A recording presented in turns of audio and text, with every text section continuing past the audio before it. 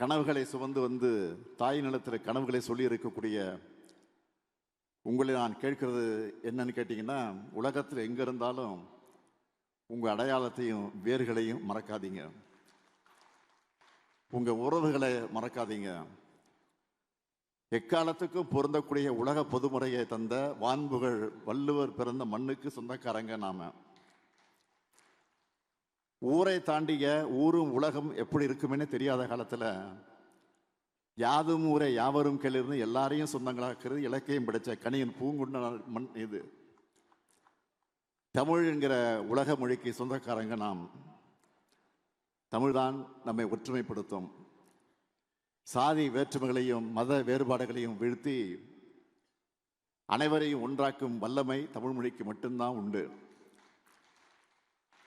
வாழும் நாடுகளால நம்ம பிரிஞ்சிருந்தாலும் மொழி நம்மளை இணைச்சிடுது.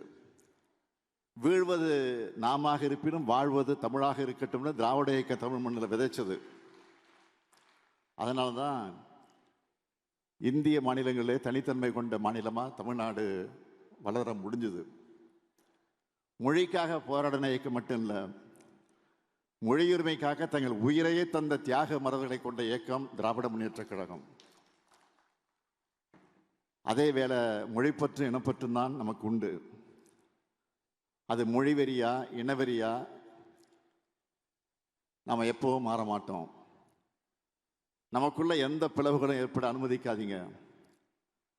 ஒரு தாய் மக்களா வாழணும். உங்களுடைய கல்வியும் அறிவும் தான் உங்களை காக்கும். அறிவும் உழைப்பும் தான் உங்களை தூரத்துக்கு இவ்வளவு உயரத்துக்கு கொண்டு வந்திருக்கு. இதை மட்டுமே நம்பி உங்கள் வாழ்க்கை பயணத்தை தொடருங்க. நம்ம இலக்கியத்தை வச்சு தமிழர்களின் பழம்பெருமையை நான் பேசினப்போ கற்பனைவாதிகள் சிலர் கிண்டல் பண்ணாங்க. இன்னும் சிலர் இனவாதிகள்னு நம்மளை பழிச்சாங்க. இலக்கியத்தில் இருப்பதெல்லாம் வரலாறாகாதுன்னு சொன்னாங்க.